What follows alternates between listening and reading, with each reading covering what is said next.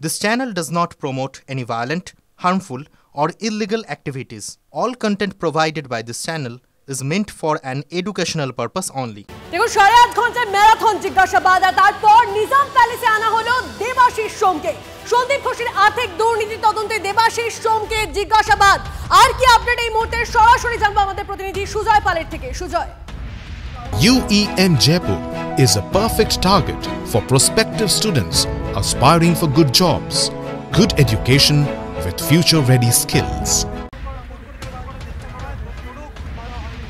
একেবারে তো দেখো তনিষ্ঠা, যে 15টি জায়গায় তল্লাশি চালানো হচ্ছিল তার মধ্যে এই দেবাশিস সোমের বাড়িতেও তল্লাশি চালান সিবিআই অফিসাররা, এবং সকালবেলায় একই সঙ্গে সেই সন্দীপ ঘোষের বাড়িতেও যেমন সিবিআই ঢোকে তেমনই দেবাশিস সোমের বাড়িতেও ঢুকেছিল, এবং সেখান থেকে তল্লাশি চালানোর পর বেশ কিছু নথি তারা বাজেয়াপ্ত করেন, এবং সেই নথি বাজেয়াপ্ত করার পর দেবাশিস সেনকে নিয়ে আমরা দেখলাম যে কিছু সময় আগেই তারা নিজাম প্যালেসে প্রবেশ করে, এবং এই মুহূর্তে 14 তলা নিজাম প্যালেসের যে অ্যান্টি কারাপশন ব্রাঞ্চ সেখানে দেবাশিস সোমকে জিজ্ঞাসাবাদ করা হচ্ছে, তার বয়ান রেকর্ড করা হচ্ছে। এই 15টি জায়গায় যে তল্লাশি চালানো ছিল তার মধ্যে প্রথম দেবাশিস সোমকে তলব করা হলো বা দেবাশিস সোমকে জিজ্ঞাসাবাদ করা হচ্ছে।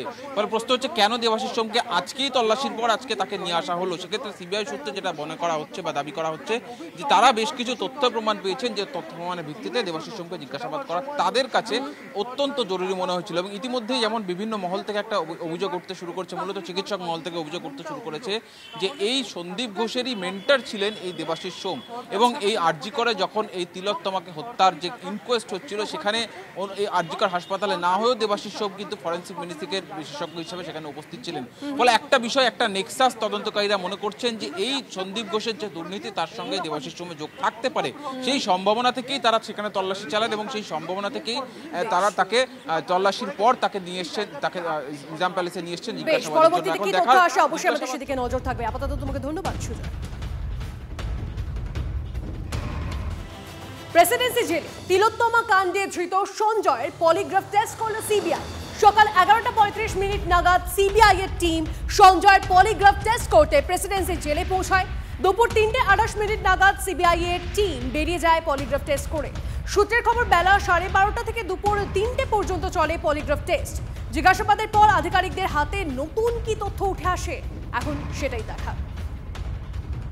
আরজিকরে নৃশংসভাবে ধর্ষণ এবং খুনের ঘটনায় মূল অভিযুক্ত সঞ্জয় রায়কে ঠিক পলিগ্রাফ টেস্টের জন্য প্রেসিডেন্সি জেলে আজকের সিবিআইয়ের আধিকারিকরা তারা এসেছিলেন, এবং গতকাল রাতে তারা যে পূর্ব প্রস্তুতি নিয়েছিল সেই প্রস্তুতির পরেই আজকে ঠিক 11:30টায় সেই আধিকারিকরা আসেন, এবং সূত্র মারফত যেটুকু জানা যাচ্ছে 12:30 থেকে টানা 3টে পর্যন্ত দীর্ঘ সময় ধরে পলিগ্রাফ টেস্টের যে নানা রকম ধরন আছে, যে বিভিন্ন রকমের উপকরণ নিয়ে পলিগ্রাফ টেস্ট করা হয়, সেই উপকরণ দিয়েই টেস্ট করা হয়, এবং তারপর ঠিক 3:30টেই প্রেসিডেন্সি জেল থেকে সিবিআইয়ের আধিকারিকরা এখান থেকে বেরিয়ে গেছে। সূত্র মারফত খবর যে সিবিআইয়ের আধিকারিকরা যে প্রশ্নপত্র তৈরি করে রেখেছিল সেই মোতাবেক বারবারই সঞ্জয় রায়কে জিজ্ঞাসাবাদ করা হয়েছে, এবং তারপরেই পলিগ্রাফ টেস্টের জন্য যে আধিকারিকরা, যে বিভিন্ন ডিপার্টমেন্টালরা এক্সপার্টরা থাকেন তাদেরকে সঙ্গ নিয়ে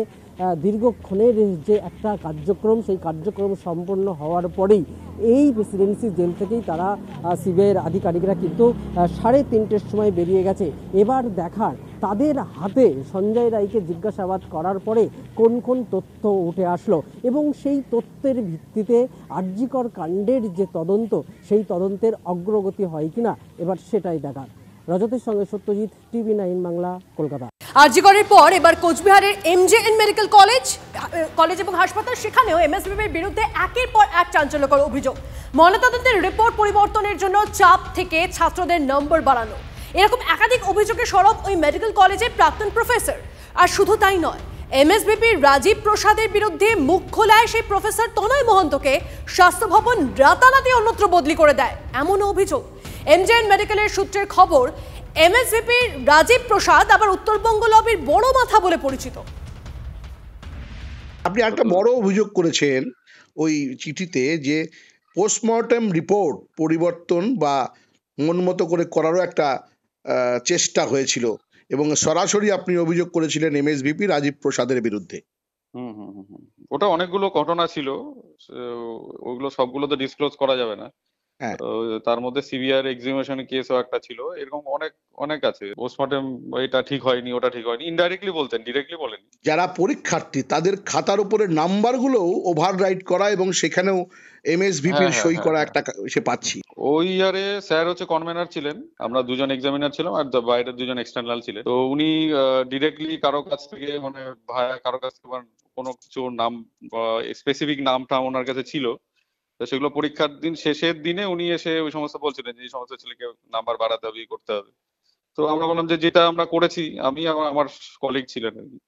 তো উনি বললেন না স্যার এটা কি করে হয়, এটা তো হবে না। তো উনি প্রভাবিত করার চেষ্টা করেছিলেন, তো তারপরে ওটাকে না করাতে বলেছে, ঠিক আছে তোরা যদি না করিস তাহলে ইউনিভার্সিটি থেকে পাস করে যাবে, তোদের কম্পালসারি ওয়েটিং হবে, বিভিন্ন রকমের থ্রেট দিচ্ছিলেন আর কি।